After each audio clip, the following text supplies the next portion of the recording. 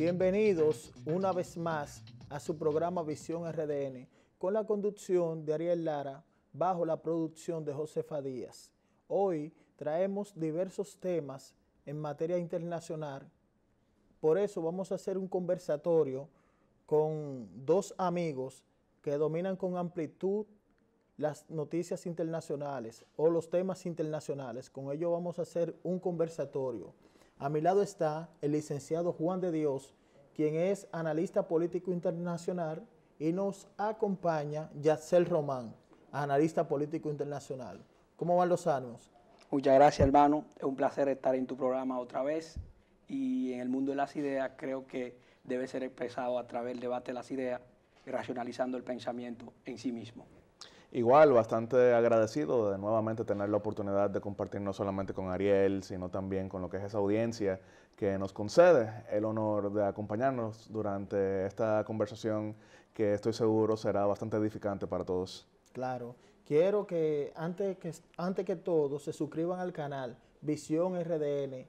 Ya son más de 6,000 suscriptores. Ahí vemos un ejemplo de los temas tratados aquí, que ya están virales con más de 25,000 visitas.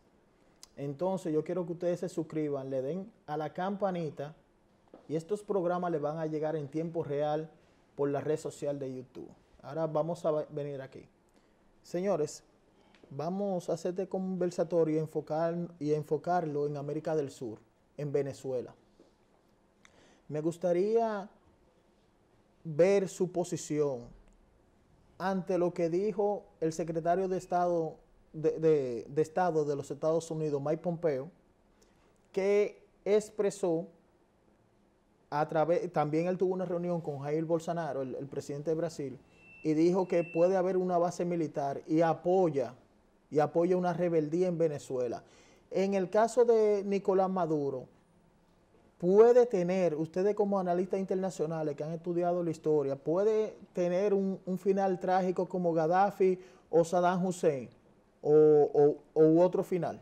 Bueno, antes quizá de trasladarnos a lo que sería la región del norte de África y del Medio Oriente, sería bueno ver las experiencias de Estados Unidos en la región, porque tenemos casos exitosos de intervención directa, como lo es Panamá, que durante el 1989, en cuestión de horas, removieron al régimen que encabezaba Noriega para luego instalar a Guillermo Endara. También tenemos una experiencia exitosa que fue en Haití, cuando en el año 1994, luego de 3 años en los cuales el comandante Raúl Cedras encabezó de manera de facto el gobierno, finalmente Estados Unidos vuelve e instala a Jean-Bertrand Aristide en la presidencia, pero como nunca habían dejado de reconocerlo como presidente, le computaron los 3 años que estuvo fuera del gobierno, y también, independientemente de cualquier interpretación que uno pueda dar, el caso de República Dominicana es un caso exitoso desde la perspectiva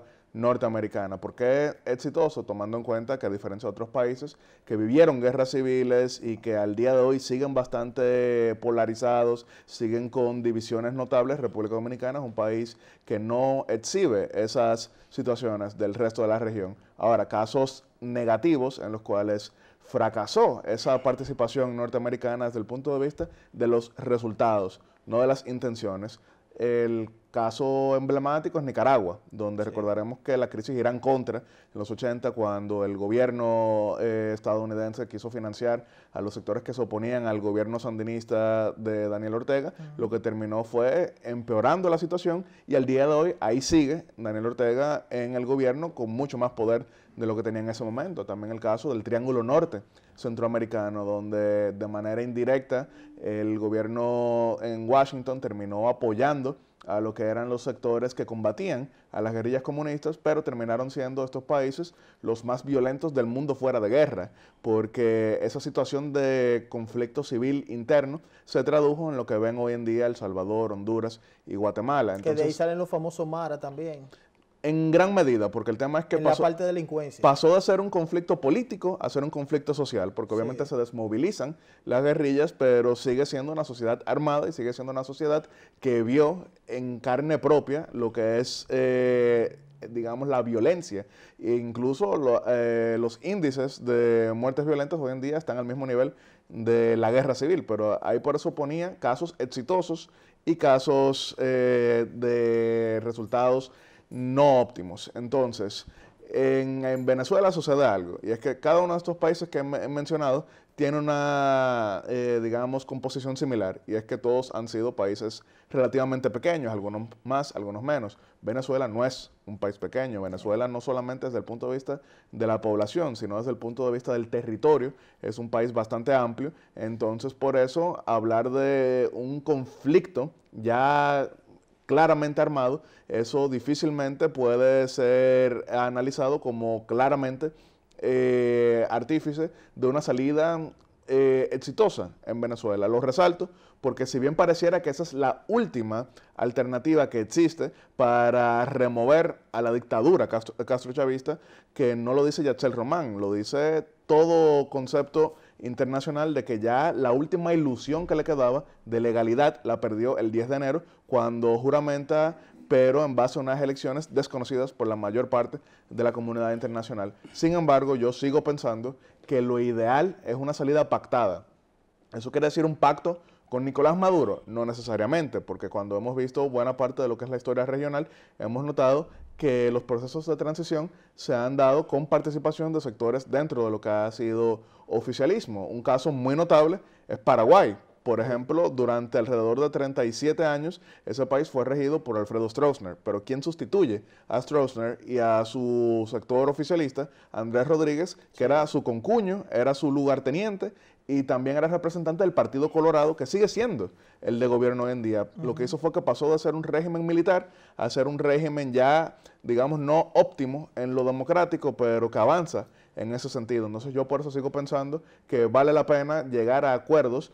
Y eso yo creo que es lo que están haciendo en gran medida la resistencia democrática en ese país, que hemos visto que han hablado de amnistía para algunos militares, que han estado hablando de las grietas en el oficialismo y demás, y yo creo que el espectáculo que vio el mundo el domingo pasado cuando fue detenido durante una hora Juan Guaidó muestra que hay diferencias de criterios y hay diferencias a lo interno del régimen, porque las teorías son que Diosdado Cabello, expresidente de la Asamblea Nacional, ordenó que fuese apresado Juan Guaidó sin informarle a Nicolás Maduro y que entonces cuando éste se entera es que supuestamente ordena la libertad de Juan Guaidó. Eso yo no lo puedo confirmar, no lo puede confirmar absolutamente nadie en este momento que no sea un vocero oficial del gobierno, pero la actuación posterior de la dictadura exhibe que eso no fue algo planeado desde los segmentos más altos del poder, y eso muestra precisamente por qué actúa de cierta manera el propio Nicolás Maduro, porque entiende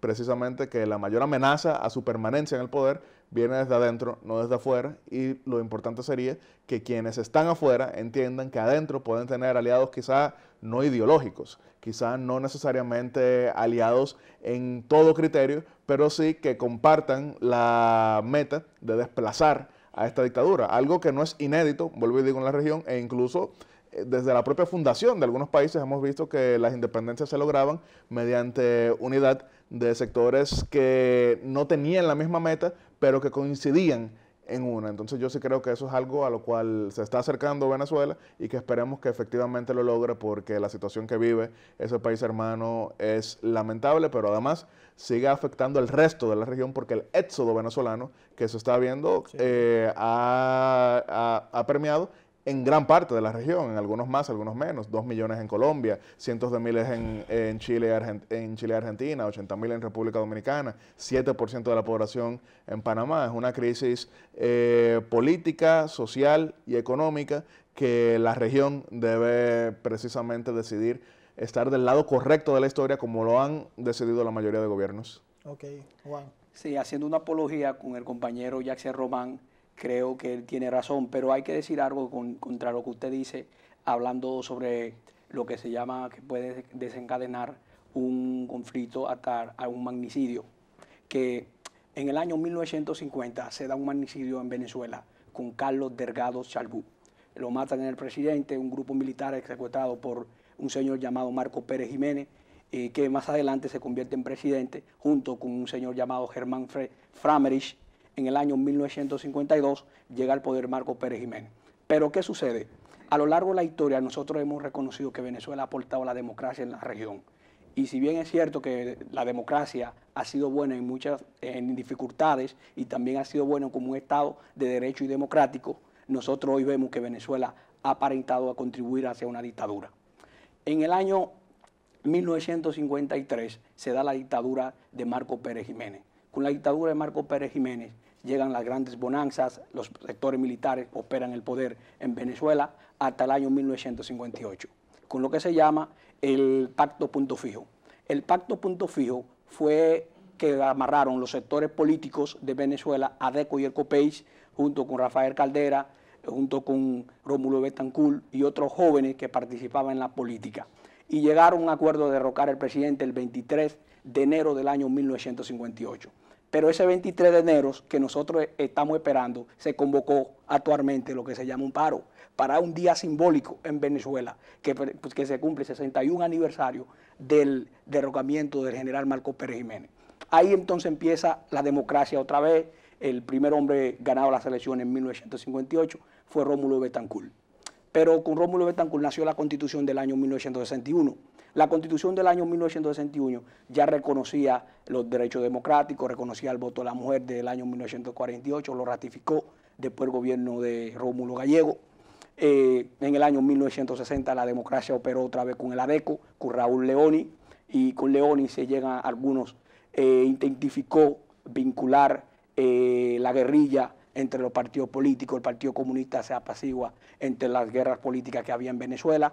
En 1968, el desgaste político del ADECO llevó al poder al señor Rafael Caldera, 1968-1974. ¿Y qué pasa en Venezuela? Lo que sucede en Venezuela cuando llega Rafael Caldera es que ya se nacionalizan el gas natural, llega acuerdo con los sectores populares y los sindicatos, los empresarios lograron varios desarrollos políticos y Venezuela tuvo un boom a nivel internacional. Pero cuando llega el primer gobierno de Carlos Andrés Pérez, 1974-1979, ahí se nacionaliza el hierro, se nacionaliza el petróleo y se nacionaliza también el aluminio, y con el aluminio y el petróleo junto con el hierro, ya Venezuela era exportador de hierro, exportador de petróleo y exportador también de aluminio junto con el acero. Ya en el año 1979 el ADECO perdió el poder, ganó el COPEI. El COPEI llegó al poder junto con Luis Herrera Campín. Con Luis Herrera Campín entonces nació la crisis económica. Hay que recordar la crisis de petróleo del año 1973. Entonces eso giró el precio del petróleo y la devaluación del precio. Y eso generó una deflación. Y junto con esa deflación se da cambios políticos. El gobierno no pudo sostener, entonces eso generaron de que perdieron el poder. Y con con Luis Herrera Campín aplica la política como acuerdos políticos, como política pública, de evaluación monetaria, se pacta con los sectores políticos y con los sectores sociales, como los empresarios, los sindicatos, y que Venezuela estaba acercando a una crisis. Pero como Jaime Luchinchi ganó las elecciones en el año 1979, en el 85, de ahí viene otro periodo de la ADECO. Con Jaime Luchinchi se agrandan las penas, agrandan a nivel internacional, las grandes crisis a nivel nacional en Venezuela, y ya con Jaime Luchinchi el sector político cambió. Cuando cambió, ahí llegaron grandes definiciones políticas. Ahí llegó el segundo periodo de Carlos Andrés Pérez, y con el segundo periodo ahí empezó lo que se llama el Caracazo, 1989, y finalmente en el 92 un golpe de Estado identificó derrocar a Carlos Andrés Pérez, patrocinado por el propio Chávez. Entonces en el 99 gana Chávez, llegó la revolución. Actualmente hemos visto que un Venezuela que aportó a la democracia de los países de la región, y hemos visto un Venezuela que ha aportado a la libertad de los pueblos, y hoy en día hemos visto que Venezuela está amparado bajo una dictadura dirigido por Nicolás Maduro Moro. Ok, vamos a seguir con este conversatorio después de la pausa.